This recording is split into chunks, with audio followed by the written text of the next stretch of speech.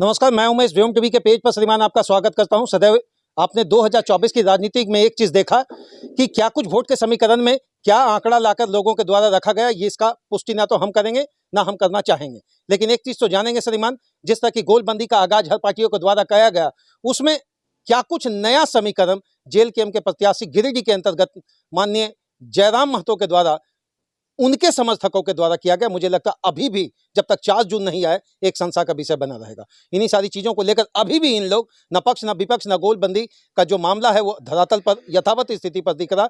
इन्हीं सारी चीजों को लेकर हम लोग मानटाड़ की धरती के पास में मानगो में है और जानने की कोशिश करेंगे क्या अब अगली रणनीति का इन लोग आगाज करने में लगे हैं। क्या प्रदीप भाई, क्या हाल? बढ़िया, नाश्ता पानी थोड़ा बहुत, दोपहर का खाना रात में, रात का खाना सुबह हो जा रहा है ना? क्या कीजिएगा दादा, अभी शुरुआत है, हम लोग थोड़ा सा जरा में तो ठीक ठाक, बहुत अच्छे। सुने की तबीयत खराब था। हम लोग तो हमेशा संघर्ष करते रहे और लड़ाई हम लोग को उसी चीज़ की है। अपना तबीयत ठीक रखे, आशीष महतो का तबीयत खराब कर दिया आप लोग सिंदरी वाले, है ना? यही था आप लोगों का तागाज। नहीं, देखिए जैसी करनी वैसी भरनी, न मैंने किसी का खराब किया न मैंने किसी का ठीक किया। जो जैसे करेगा उसके साथ ऐसा होगा।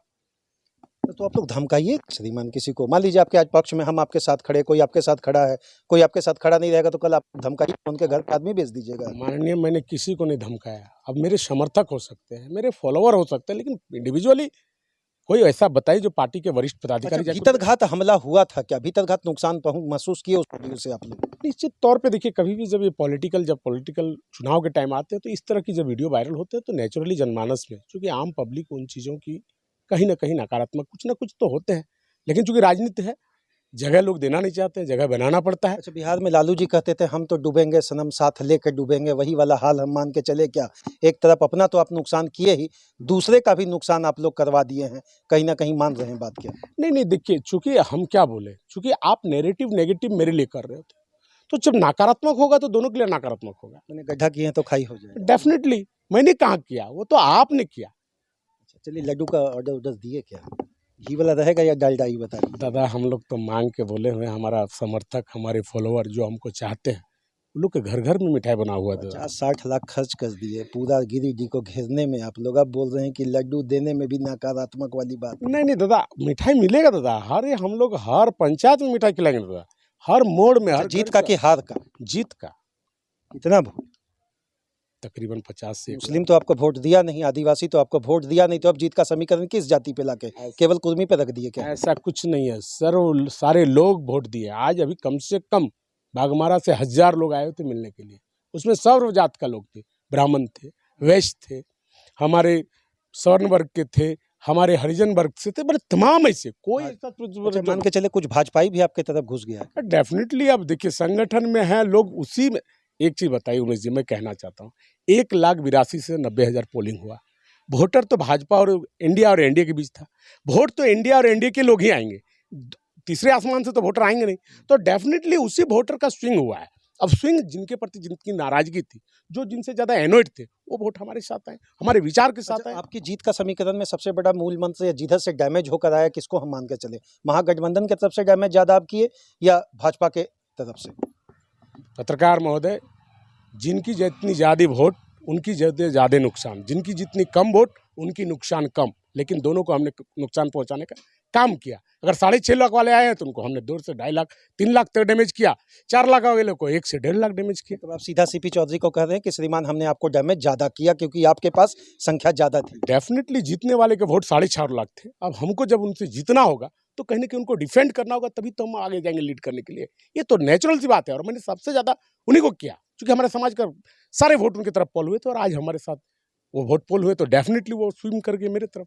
चलिए, थोड़ा सा अटपटा सवाल करते, दूसरा साड़ी का भी दाम आप लोग लगा दे रहे हैं आपके अध्यक्ष महोदय।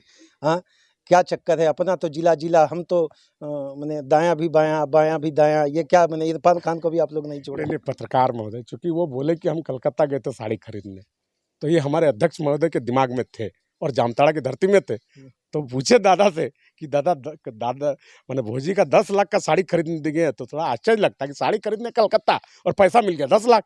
तो एक लाजमी सी बात होता है कि किस लिए आप गए थे। अच्छा, उत्तर वाला भौजी को भी आप लोग ट्रोल किए, दक्षिण वाला भौजी को भी अब ट्रोल कर रहे हैं। ये क्या आप लोग का चक्कर है? ये भाभी भाभी वाला समीकरण में कहीं ऐसा तो नहीं लग रहा कि महिलाएं आपकी तरफ नाखुश हो इस? नहीं, हम लोग जो भी बात बोले हैं हमेशा पार्लियामेंट्री रह के ठीक है। हम लोग की चूंकि झारखंड में भाभी को एक मजाक लहजे में बोला जाता है, हम उनको संबोधन मजाक लहजे में किया कि उनका कोई पर्सनली किसी तरह का कटा नहीं। पत्रकार महोदय इन बातों को नहीं करिएगा।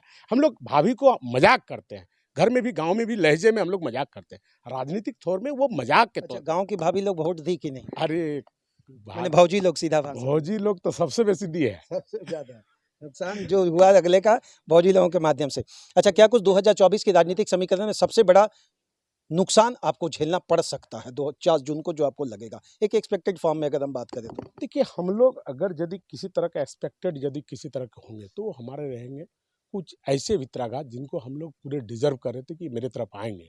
बट इन मैंने अपना सिक्का खोटा होने का चांस ज्यादा है। बहुत 1-2% देखिए, जब तक कोई चीज़ ना आए चीज़ों को व्याख्यान करना और चीज़ों को बोलना थोड़ा सा दूरदर्शिता थोड़ी होती है। लेकिन उम्मीद है कि हम लोग को 16 आना कन्फर्म है कि हम लोग चुनाव।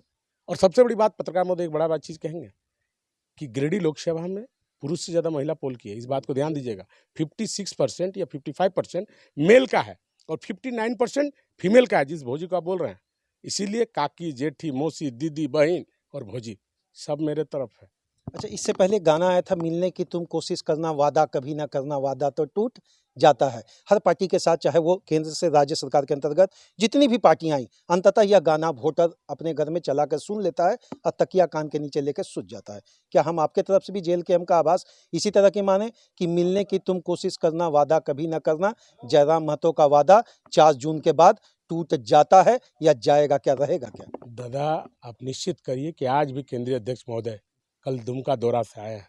रामगढ़ में उनकी डेट थी और अध्यक्ष महोदय अभी तक कम से कम सुबह से 2000 लोगों से मिले हैं। हम लोग की प्रयास 4 जून से खत्म नहीं हुई।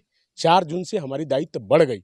4 जून से जो लोगों का जो अपार स्नेह और प्यार मिलेगा, हम एक पंचायत, आज तमाम पंचायत के लड़के लोग आए तो उन लोगों का कहना था, दादा हमारे पंचायत तो आयल ना है, विजय जुलूस तो आवे है। तो कहने का आगाज है कि आज से ही हमको धमका रहा है।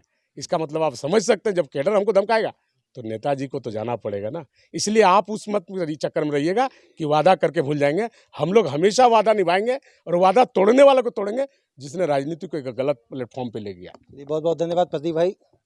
न तुम बेवफा हो न हम बेवफा हैं, मगर क्या करें, अपनी राहें जुदा है। पार्टियां अनेक होती है, सब झारखंड और झारखंडियत की ही बात करता है। सबका समीकरण वही होता है। 42वें संशोधन के अंतर्गत हम धर्मनिरपेक्ष हैं, हम पंथनिरपेक्ष हैं, लेकिन लोक कल्याणकारी चीजों को लेकर आपके बाद समाजवादी योजनाओं के साथ आएंगे। क्या कुछ होगा अब तो सदन का 3 सत्र चलने के बाद ही पता चलेगा कौन घंटी बजाएगा और किसका घंटी बजेगा। चलिए, बहुत बहुत धन्यवाद प्रदीप भाई। 2 लड्डू, एक तो नहीं 2 लड्डू, बड़ा मेहनत हुआ है। पत्रकार महोदय, हम आपको कहते हैं उमेश जी, चूँकि हमारे अध्यक्ष जी भी आपका हमेशा कहते हैं मोच वाले भाई, तो चूँकि 2 गो मोच है इसलिए 2 गो लड्डू तो श्योर थे। 2 गो मोच रहता है आदमी का। धन्यवाद।